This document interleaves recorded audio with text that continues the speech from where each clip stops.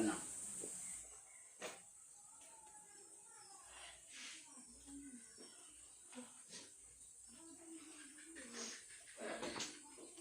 Dapat katakan amin.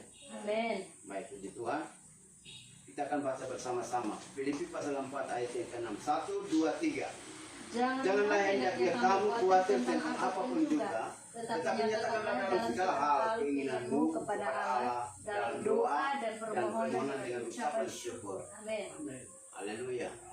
Diberkatilah Bapak Ibu saudara dikasihi Tuhan, pagi hari ini kita diberikan kesempatan untuk bagaimana kita meresponi firman Tuhan, untuk kita mengaplikasikan dalam kehidupan kita hari lepas hari. Bapak Ibu dikasihi oleh Tuhan Yesus Kristus, pada pagi hari ini saya ingin memberikan kita satu pandangan tentang tema firman Tuhan pada pagi hari ini, yaitu meraih impian. Amin. Amin. Mari kita katakan bersama-sama 1, 2, 3, meraih impian. Bapak Ibu dikasihi oleh Tuhan Yesus Kristus, ada 6 kata kunci untuk meraih impian. Bagaimana kita memperoleh satu impian dengan sempurna, berjalan bersama-sama dengan Tuhan kita Yesus Kristus. Yang pertama, Bapak Ibu dikasihi Tuhan, hal yang utama dalam kita meraih satu impian, atau kita mendapatkan satu pekerjaan, atau kita mendapatkan satu hal tertentu, adalah mendengar. Amin. Ketika kita mendengar, Bapak Ibu dikasihi Tuhan, hal yang paling utama untuk melakukan semua pekerjaan di bawah kolong langit ini diawali dengan mendengar. Betul? Ketika orang sudah mendengar bahwa ada lowongan pekerjaan, ketika orang sudah mendengar bahwa ada sesuatu hal, ketika orang sudah mendengar ada cerita, ketika orang sudah mendengar sesuatu yang terjadi di sana, maka semua akan berusaha, semua akan berbondong-bondong untuk mengetahui kebenaran itu. Amin. Amin. Baik saudara kasih Tuhan, hal mendengar atau menganalisa atau mengikuti dengan kata hati untuk mengetahui sesuatu yang kita mendengar tadi, sesuai pernyataan di dalam 1 Samuel pasal 3 ayat 8, dia berkata demikian. Dan Tuhan memanggil Samuel sekali lagi untuk ketiga kalinya. Ia pun bangunlah lalu pergi mendapatkan Eli, serta katanya, "Ya Bapa, bukankah Bapa memanggil aku?" Lalu mengertilah Eli bahwa Tuhanlah yang memanggil anak itu. Amin.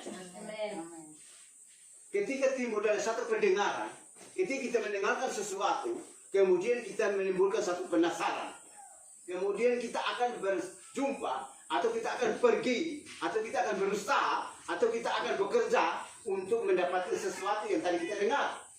Dan apapun yang kita dengar, sesuatu apapun yang kita lakukan di dalam kehidupan kita, tentunya diawali dengan mendengar. Amin. Ketika anak sekolah, dia belum tahu tentang sesuatu, dia belum mengerti tentang tulisan, dia belum mengerti tentang bagaimana dia berbicara, di awal yang Tuhan kasih adalah telinga, lalu dia mendengar. Anak-anak kita, ketika dia belajar untuk mau berbicara, tentu pertama dia mendengar dulu. Oh, omongnya harus seperti ini, berbicara harus seperti ini. Lalu dengan pendengaran itu, kemudian dia akan meniru dan dia akan melakukan persis sama seperti apa yang kita lakukan. Sama halnya anak-anak di sekolah. Ketika dia pergi di sekolah, dia mendengarkan apa yang diajarkan oleh guru, dia mendengarkan apa yang diperintahkan oleh guru, lalu dia melakukan setiap pekerjaan itu, dan guru mengharapkan kesempurnaan dalam setiap pekerjaan itu, lalu dia memberikan nilai. Amin. Sama halnya Bapak Ibu dikasihi Tuhan. Ketika kita sebagai orang tua, kadang-kadang kita emosi, kita marah dengan anak-anak kita. Kalau kita omong sesuatu, kemudian dia melakukan hal yang lain, kemudian mulai kita marah-marah. Hai anak ini, lu telinga di mana? Omong-omong itu bisa dengar, kan? Dan tentu dia yang kita harapkan adalah bagaimana ketika kita berbicara, ketika kita melakukan suatu perintah kepada orang lain, lalu dia melakukan persis apa yang kita perintahkan. Dan semua pekerjaan yang kita lakukan diawali dengan pendengaran. Amin. Dan ketika diawali dengan pendengaran, maka semua pekerjaan yang lain akan tetap berjalan. Kita melihat bahwa ketika Tuhan memanggil Samuel.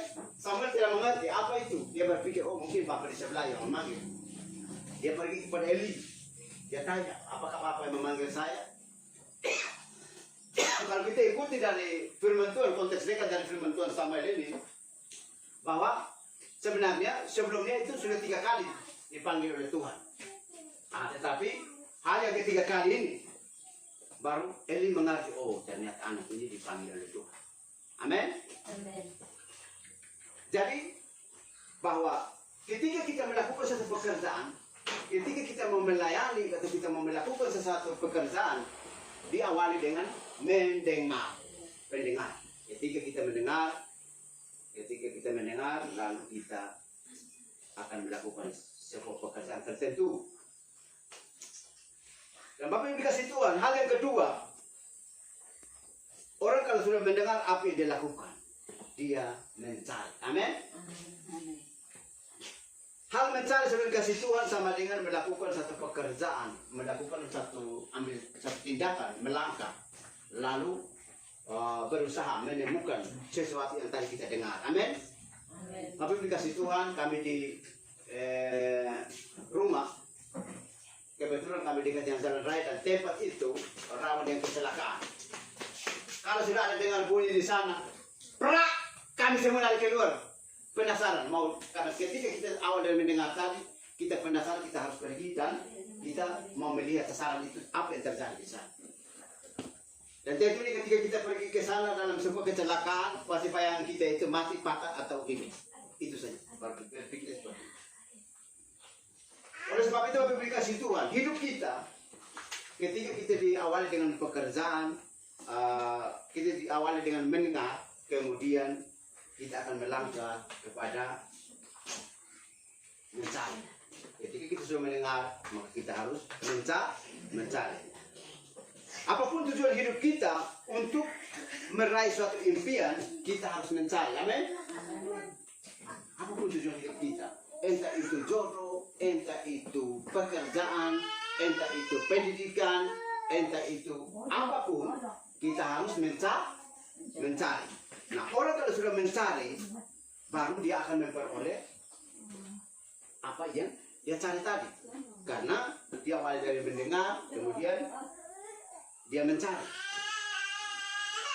Apa yang dikasih Tuhan? Takhta, harta, kedudukan, jodoh, semuanya itu dicari oleh bangsa-bangsa. Ingat. Takhta, harta, kedudukan, harta kekayaan kita, semua ini sudah dicari oleh bangsa-bangsa. Sama halnya Bapak Ibu dikasih Tuhan pada pagi hari ini. Mari kita lihat Lukas pasal 12 ayat yang ke-30. Lukas pasal 12 ayat yang ke-30. Ini baca. Lukas pasal 12 ayat yang ke-30. Pasal 6 ayat 33.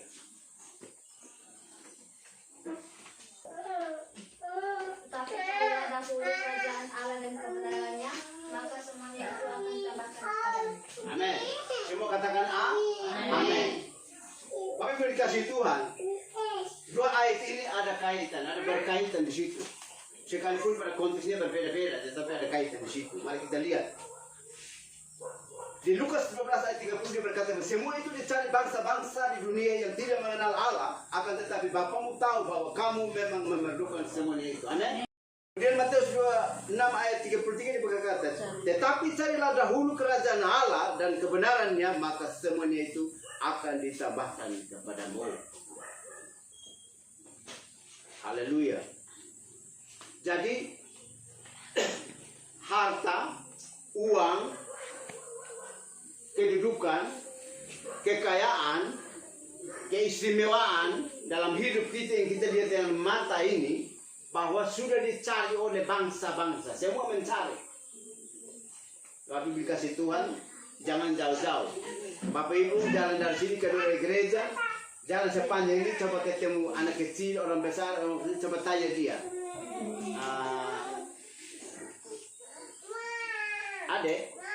Ada ini mau uang tidak? Tanya lagi orang besar, Bapak, baik mau uang tidak? Mama, Oma mau uang tidak? Semua pasti mau, amin? Atau di sini tidak ada yang mau uang? Apalagi sekarang saya bilang begini, saya ambil uang 100.000, saya sembunyi di belakang sana, masing-masing siapa yang cari. Pasti saya mau cari 100.000, siapa tahu saya yang dapat. Walaupun rezeki pasti satu yang dapat, tetapi namanya berlomba ya cari dulu, semua berjuang berusaha, tetapi yang mendapatkan hanya satu. Tetapi puji Tuhan, apabila dikasih Tuhan, firman Tuhan mengingatkan kepada Bapak Ibu dan saya pada pagi hari ini bahwa ternyata harta, kedudukan, jodoh, segala macam itu semua itu sudah mencari. Termasuk Bapak Ibu dan saya di tempat ini, semua juga mencari uang, semua juga mencari jodoh. Maka terbuktinya orang TTS full di sini kan ditarik sama orang berpok. Amin. Karena mencari jodoh tadi. Semua kita berusaha berjuang, kita ada di mana-mana. Rupanya turunan kita setelah kita berpikir, kami sudah besar, anak-anak kami sudah berkumpul di sini, kami sudah jadi rumput keluarga besar. Ternyata setelah mereka besar, orang datang tarik lagi, keluar lagi. Mereka pergi di tempat yang jauh. Itu karena apa? Siklus kehidupan kita terus akan berubah. Terus akan berubah. Tetapi ingat bahwa Matius pasal 6 ayat 33 mengingatkan kepada kita. Tetapi carilah dahulu kerajaan Allah dan kebenarannya, maka semuanya itu akan ditambahkan kepadamu. Semua itu punyanya Tuhan. Alam ini punyanya Tuhan. Pohon ini punyanya Tuhan. Tanah yang kita hidup ini punyanya Tuhan. Termasuk diri kita satu-satu semua miliknya Tuhan. Artinya Tuhan menginginkan kepada kita bahwa carilah dahulu kerajaan Allah. Ibadah dahulu, memuliakan Tuhan, maka selebihnya Tuhan akan menambahkan segala sesuatu dalam hidup kita. Dan kemudian kita membandingkan, saya sudah setia, saya sudah berdoa, saya sudah melayani, toh juga saya hidup begini, itu tidak pernah pergi gereja, dia buat perusahaan ini laris manis, dia pergi di sana selalu sukses. Dia dikasih terus orang bantu terus dia, pemerintah bantu dia, kita tidak dapat bantuan, dia di sana dapat bantuan, kita selalu dikucilkan. Ingat, Tuhan melakukan segala sesuatu bukan atas kehendak kita, tetapi asalkan kita terus setia dengan Tuhan, kita tidak akan pernah kekurangan apapun. Dan kita masih mampu untuk berjalan dalam kehidupan ini. Kita masih mampu untuk bisa makan setiap hari. Kita masih mampu untuk kita terus mempertahankan kesehatan ini. Itu semua pemberian daripada Tuhan. Tuhan terus memberikan berkat itu mengalir. Tapi kita tidak sadar Bapak Ibu dikasih Tuhan. Terkadang Bapak Ibu dikasih Tuhan, kita melihat dengan harta dunia yang tadi pertama bahwa semua dicari bangsa-bangsa, harta, kedudukan, kekayaan, keistimewaan. Kita hanya melihat dengan kasat mata, kita membandingkan dengan hidup kita. Hidup saya tahun ke tahun tidak ada perubahan, hanya begini-begini saja. Tetapi selalu Bapak dikasih Tuhan, hal yang kita harus bersyukur bahwa ketika kita pergi, kita ke rumah sakit, kita lihat bahwa banyak orang merindukan dia sehat, tetapi dia harus tidur berminggu-minggu. Termasuk saya beberapa minggu yang lalu saya tidur 1 minggu di rumah sakit. Saya kadang tidur sendiri-sendiri ketika anak-anak saya, istri saya, mereka semua di rumah. Saya tidur sendiri, saya membayangkan saja, ini baru rumah sakit, mereka setinggalkan saya sendiri-sendiri. Apalagi saya ke kuburan, tidak ada yang ikut. Siapa mau ikut ke kuburan? Tidak ada. Ada orang cinta sekalipun, tetapi dia tidak berani ikut ke kuburan. Padahal itu tempat itu semua akan melewati dari situ, tapi tidak ada yang mau ke sana. Ini ada satu kisah. Satu ketika ada seorang raja. Raja ini, rakyat ini sangat mengasihi dia. Mereka semua mengasihi dia. Lalu raja ini tanya kepada, dia naik di atas panggung, dia tanya kepada rakyatnya, "Wahai rakyat-rakyatku, apa benar-benar kamu mengasihi saya?" Semua mengatakan, mengasihi raja. Raja kami muliakan raja karena kami punya raja yang paling mengasihi kami. Dan raja ini selalu buat pesta, selalu bikin senang dia punya rakyat, punya masyarakat ini sangat mengasihi dia. Lalu satu ketika dia berpikir demikian, mereka ini saya mendapat kelemahan dari mana? Mereka ini sangat mengasihi saya dan saya ini memang karena saya ini mengasihi juga mereka, saya selalu buat pesta, saya selalu kasih senang mereka. Tetapi saya mau tahu yang benar-benar mengasihi saya itu siapa? Lalu raja ini dia bilang begini, sekarang saya akan melepaskan kapas ini. Dia bilang, benar kau betul-betul mengasihi saya? Saya bilang, kami mengasihi raja. Oke, begini, saya mau kalian menunjukkan bahwa kalian mengasihi saya dengan sungguh-sungguh. Raja sengaja bilang dari panitia, raja duduk diam. Raja bilang, kau memang mengasihi saya, tetapi saya punya jantung ini sudah tidak bisa. Oleh sebab itu, siapa yang merelakan donor jantung untuk saya? Lalu dia bilang, tapi karena kamu banyak orang, saya hanya tiup lepas ini kapas ini nanti jatuh di siapa? Dia lah yang jantungnya donor untuk saya. Lalu masyarakat semua itu, oke, kami siap. Tetapi rupanya saya dikasih Tuhan, ketika raja itu melepaskan kapas itu dari atas panggung, kapas itu turun semua mendekat begini, mereka tunduk begini, tiup lagi. Kapas itu naik kembali. Kapas terbang, datang turun begini, pasti orang yang memang tidak mau rela dia jantungnya mau kasih untuk raja, ditiup lagi. Tiup lagi, kapas itu naik lagi. Rupanya kapas itu naik terus. Ada seorang ibu yang dia sakitnya sudah sakit-sakitan, dia seorang janda. Kemudian dia berpikir bahwa keluarganya tidak ada, siapa yang menanggung hidupnya. Dia berpikir dia hidup dengan secukup saja, setengah mati. Jadi keluarga tidak ada, dia seorang janda, dia mau pekerjaan menghidupi diri dan setengah mati. Alangkah baiknya dia punya jantung yang sehat ini, biar dia kasih untuk raja, biar raja bisa tetap melayani masyarakat sebanyak ini. Dia mengorbankan dirinya untuk raja, biar raja bisa melayani masyarakat. Setelah kapas itu datang, si ibu ini langsung tangkap ini kapas, dia langsung menuju ke panggung raja. Raja tanya, kenapa kamu memilih? Kenapa kamu memilih untuk berkorban untuk saya? Dia bilang, raja, saya berpikir bahwa saya ini seorang janda, keluarga saya tidak ada, semua tidak ada. Dibandingkan dengan yang lain, semua punya keluarga, istri, anak, punya keluarga besar, dan mereka masih bisa berkarya, dan raja bisa melayani mereka, dan masyarakat begini banyak. Pada kapas ini naik terus, biar saya ambil, saya yang korbankan diri untuk raja. Apa yang terjadi Bapak dikasih Tuhan? Tadi dia tidak mampu, dia sudah miskin, melarat, dia tidak berdaya lagi. Setelah raja bilang begini, raja bilang, ternyata rakyat begini besar mengatakan bahwa mengasihi saya, tapi yang mengasihi sesungguhnya hanyalah seorang ibu. Kalau dia mau berkorban diri untuk saya, tetapi saya mau kasih tahu bahwa saya sebenarnya jantung tidak rusak. Dan saya hanya mau mencari orang yang menjadi ahli warisku di istanaku. Ibu ini dianggap menjadi ahli waris di dalam istana.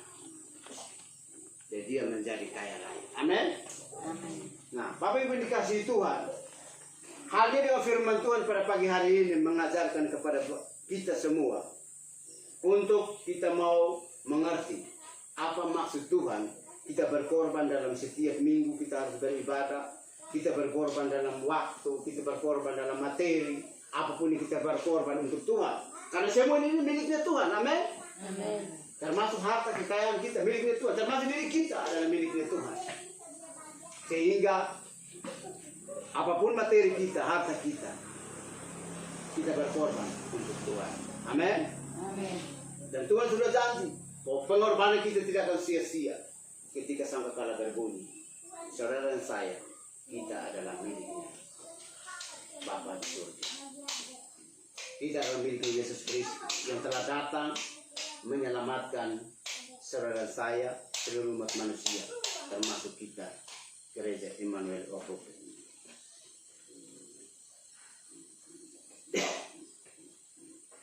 Hal yang keempat,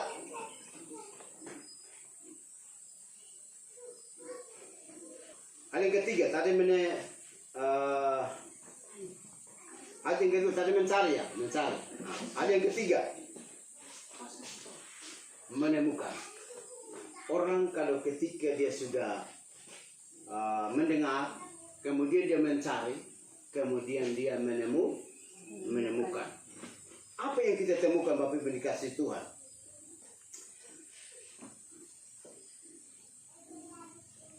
Ketika kita melakukan segala sesuatu, ketika kita berusaha, kita mencari, lambat laun kita akan menemukan segala sesuatu itu. Amin.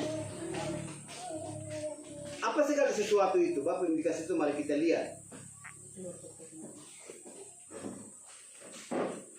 Pengkhotbah pasal 3 ayat 1, dia berkata demikian, untuk segala sesuatu ada masanya, untuk apapun di bawah langit ada waktunya. Segala sesuatu itu ada masanya, segala sesuatu itu ada waktunya, segala sesuatu itu ada batasnya, termasuk Bapak Ibu dan saya. Kenapa? Ketika kita menemukan segala sesuatu selalu ada batasnya. Kenapa? Karena Tuhan menciptakan langit dan bumi, ada masanya, ada waktunya. Termasuk Bapak Ibu dan saya, umur kita selalu dibatasi oleh waktu. Dalam Alkitab mencatat bahwa umur manusia paling tinggi sekarang adalah 70 tahun. Ketika kita melewati dari situ, kalaupun itu adalah bonus dari Tuhan, itu pun dengan sakit-sakit. Tetapi kita bersyukur bahwa kita di tempat ini. Kita punya orang tua satu yang sudah dipanggil Tuhan. Kita punya orang tua satu masih duduk bersama-sama dengan kita, menandakan bahwa dia mendapatkan bonus yang baik.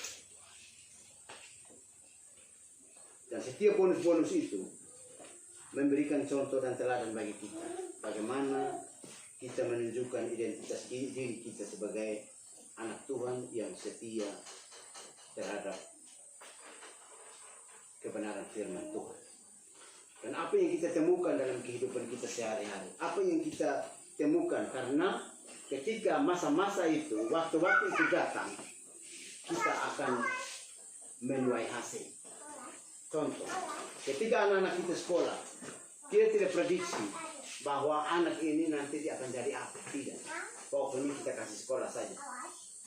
Dan kalaupun mereka punya cita-cita, kalaupun mereka punya angan-angan, kalaupun mereka punya rencana, tetapi tetap kita menyerahkan kepada Tuhan. Karena Tuhanlah yang akan menentukan langkah-langkah hidupnya. Orang Kristen, orang percaya kepada Tuhan, ketika berbuat segala sesuatu tentunya sudah kita serahkan kepada Tuhan. Karena apa?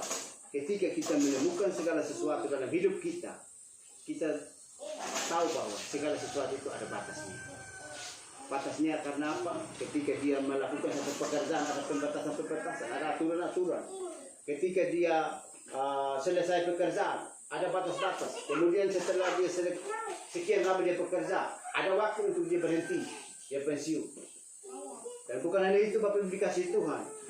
Pekerjaan apapun yang kita lakukan, ketika Tuhan menghendaki untuk kita istirahat sebentar karena kita sakit, maka kita akan istirahat. Tidak mungkin orang sakit melakukan semua pekerjaan, tetapi tentu dibatasi untuk istirahat sementara. Amin.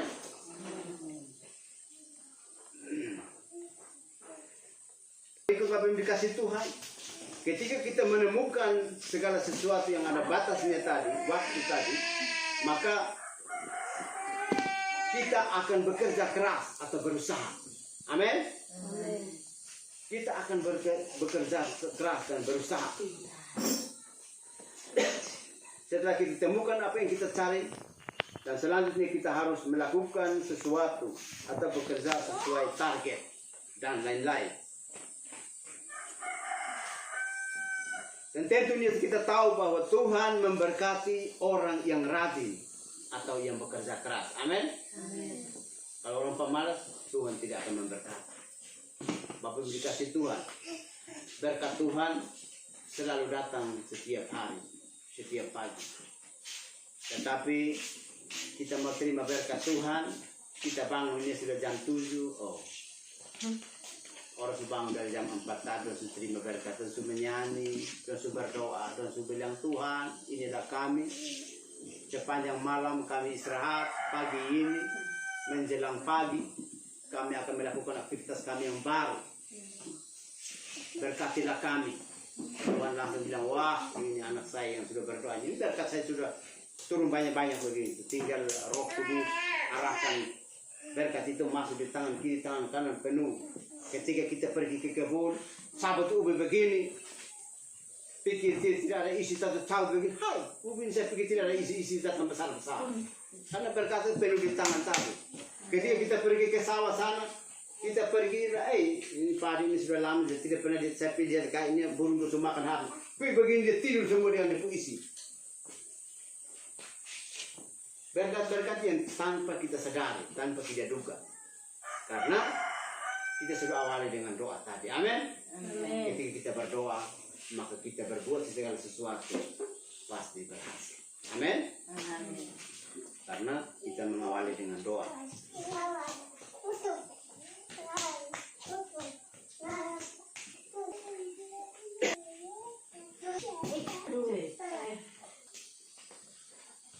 Kelima,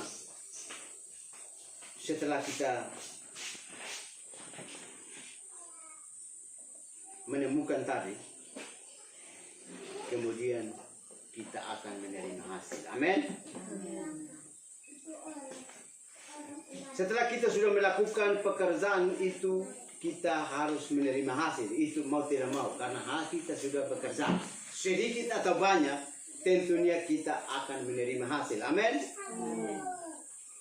Apapun yang kita lakukan, kita kerjakan, tentu kita akan menerima hasil. Hasilnya sesuai dengan janji firman, di mana dia berada, kita pun berada di sana. Amin. Yohanes pasal 14 ayat 3. Dan apabila aku telah pergi ke situ dan telah menyediakan tempat bagimu, aku akan datang kembali dan membawa kamu ke tempatku, supaya di tempat di mana aku berada, kamu pun berada. Itu hasil. Ketika kita setia, kita berada, kita pergi gereja terus, tidak tahu masuk surga atau tidak. Ini kita berdoa, ini orang ini tidak pernah sehat sembuh. Ini kita berdoa, kita tidak pernah terima uang. Ini kita berdoa, ini kebun dong tidak ada hasil. Ini kita berdoa, ini pisang dong tidak ada kedua bulan. Kita berdoa, ubi dong tidak ada isi. Ingat, Tuhan melakukan segala sesuatu bukan atas kehendak kita, tetapi Tuhan memberikan kecukupan dalam hidup kita dengan berbagai hal yang kita tidak sadari bahwa hidup kita dipenuhi oleh berkat Tuhan. Berkat Tuhan itu tidak dihitung dengan melihat yang kasat mata, harus rumah mewah, mobil mewah, segala sesuatu, uang banyak, hasil melimpah, tidak. Berkat itu dilihat dari orang-orang yang setia dengan Tuhan, terus berdoa, komitmen dengan Tuhan, apapun keadaannya, dia pandai bersyukur kepada Tuhan. Karena orang-orang yang diberkati Tuhan adalah orang-orang yang pandai bersyukur. Yang selalu saya katakan bahwa ada 3 kekuatan besar yang Tuhan titipkan kepada Bapak Ibu dan saya. Itu iman, doa, dan bersyukur. Ketika kita bersyukur, maka segala sesuatu kita akan lewati dengan baik. Amin. Ketika orang datang pamarah dengan kita, mereka kita setelah dia pergi kita masuk dalam kamar, kita berdoa, Tuhan, kenapa ini orang datang marah-marah dengan saya? Tapi saya bersyukur dengan adanya dia marah-marah dengan saya akan mencari damai dengan dia. Saya akan membuat dia damai kembali dengan saya. Saya akan berusaha, saya akan menamaikan, mencari kedamaian dengan dia. Tuhan sedang mengajarkan kita bagaimana kita membangun komunikasi dengan orang lain. ketika kita membangun komunikasi dengan baik, maka tentunya Tuhan akan memberkati kita. Ingat, hidup kita di dalam dunia ini tidak untuk kita sendiri, tetapi Tuhan memberi orang lain untuk kita saling mendorong, kita saling membangun, kita saling memotivasi untuk kemajuan hidup. Bukan kita asal menjalani keputusan diri kita sendiri. Pepatah orang bijak mengatakan bahwa malu bertanya, sesat di jalan. Amin. Kalau kamu tidak tanya-tanya, kamu datang muka baru di profesi, kamu tidak tanya-tanya di sini, orang hanya melalui lu jika tidak tanya, lu dalam masa bodoh saja, orang tidak akan kasih tahu. Tetapi lu coba ketok pintu, ini sih shalom, baru saya boleh tanya sebentar, bilang bagaimana? Ini baik metkon, oh di bawah sana. Nanti sampai di sana, kurang lebih dari sini 150 meter, coba tanya-tanya di situ. Nanti lo arahkan, 20 rumah akan masuk ke dalam. Jadi nanti dong arahkan di situ. Nah, kebetulan tanya-tanya, 2-3 orang pasti sudah dapat baik metkon. Tetapi kalau Anda datang di sini, Anda diam-diam dan mulai ada perigi, kalau Anda orang baru masuk dari perigi, Anda bilang, oh pokoknya yang penting wepope. Yang penting wepope. Saya tahu, oh ini Google Map, oh ini wepope. Tapi datang Anda tidak tanya, Anda mengandalkan Google Map. Sampai di sini, Anda bisa bilang, oh ini betul si wepope. Tapi Anda tidak usah tanya, pokoknya Anda andalkan saja wepope.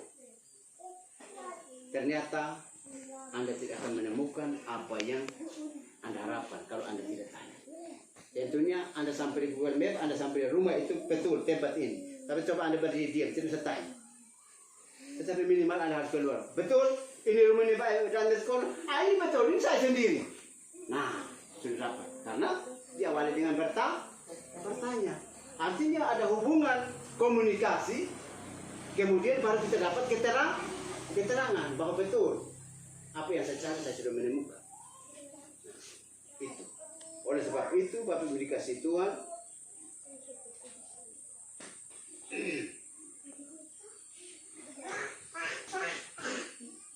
untuk kita akan menerima hasil, tentunya diawali dengan kita mendengar tadi. Kemudian mendengar tadi, lalu semua yang kita cari, semua yang kita usaha bekerja, lalu sampai pada kita menerima hasil. Dan kalau sudah menerima hasil, tentunya apa yang terjadi, impian kita jadi kenyataan. Amin. Apa itu impian, Bapak Ibu dikasih Tuhan? Saya kasih gambaran sedikit. Impian itu sama dengan cita-cita.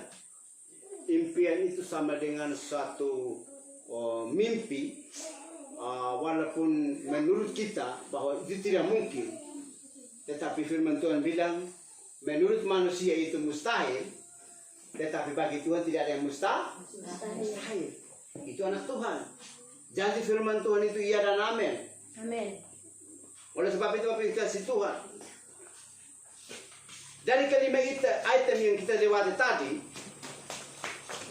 bahwa setelah kita lewati semua, maka tentunya yang terjadi dalam impian kita adalah kenyataan. Amin.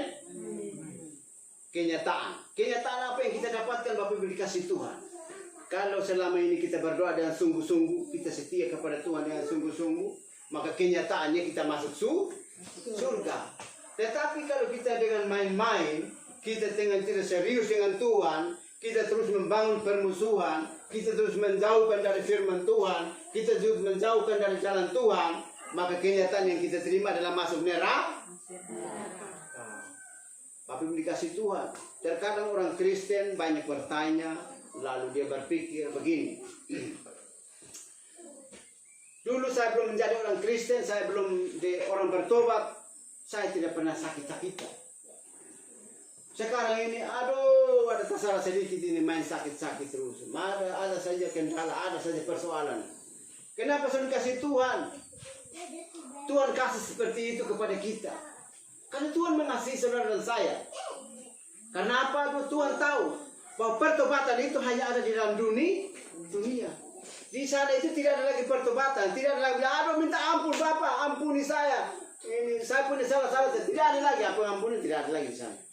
Pengampunan itu terjadi di dalam dunia. Ketika kita melakukan satu kesalahan, kita mendapatkan teguran dari Tuhan, kemudian kita berdoa dan minta ampun kepada Tuhan, maka Tuhan akan memberikan pengampunan kepada saudara dan saya, dan kita akan mendapatkan kenyataan bahwa kita masuk surga di hari kelak nanti. Amin. Nah, ketika kita sudah mendapatkan kenyataan bahwa kita masuk surga, artinya segala sesuatu yang kita impikan sudah terjadi. Impian kita menjadi kenyataan. Bahwa Bapak Ibu yang dikasihi Tuhan, maksud kita bertahan dalam kehidupan kita di sini adalah menantikan waktunya Tuhan. Jadi yang kita melakukan begini, kita beribadah, kita memuji Tuhan, kita setia kepada Tuhan, sebenarnya kita sedang menantikan waktunya Tuhan. Kapan waktunya Tuhan? Setiap kita punya waktu yang berbeda-beda. Terkadang kita membayangkan, saya kira-kira saya tahun ini saya mau berbuat apa, kira-kira tahun depan saya mau berbuat apa. Banyak rencana, banyak hal yang kita impikan, tetapi segala sesuatu kita kembalikan kepada Tuhan. Biarlah Tuhan yang menentukan langkah-langkah hidup kita. Karena semua bagi kita orang yang beriman adalah waktunya Tuhan. Haleluya. Baik, saudara kasih Tuhan, pada siang hari ini mari kita mengaminkan firman Tuhan, dan kita bersyukur bahwa Tuhan berbicara kepada kita dengan 6 poin ini yang terus menjadi satu saluran berkat dalam kehidupan kita, mengalir kepada orang-orang yang belum mengerti akan kebenaran firman Tuhan. Dunia membaca kita bukan mendengar dari apa yang kita memberikan kesaksian, tetapi dunia membaca kita melalui karakter hidup kita. Ketika kita membangun sosial dengan orang lain, ketika kita membangun komunikasi yang baik dengan orang lain, ketika kita memberikan sesuatu hal yang positif dengan orang lain, mereka akan mengatakan bahwa orang ini baik, orang ini mengasihi, orang ini datang melayani saya, orang ini datang membuat sesuatu hal yang sebenarnya saya tidak bisa, tetapi dia bisa. Itu Tuhan. Ketika Tuhan melakukan segala sesuatu dalam hidup kita, mari kita tidak usah menyombongkan diri, tetapi kita terus mengikuti apa perintah Tuhan dalam hidup kita.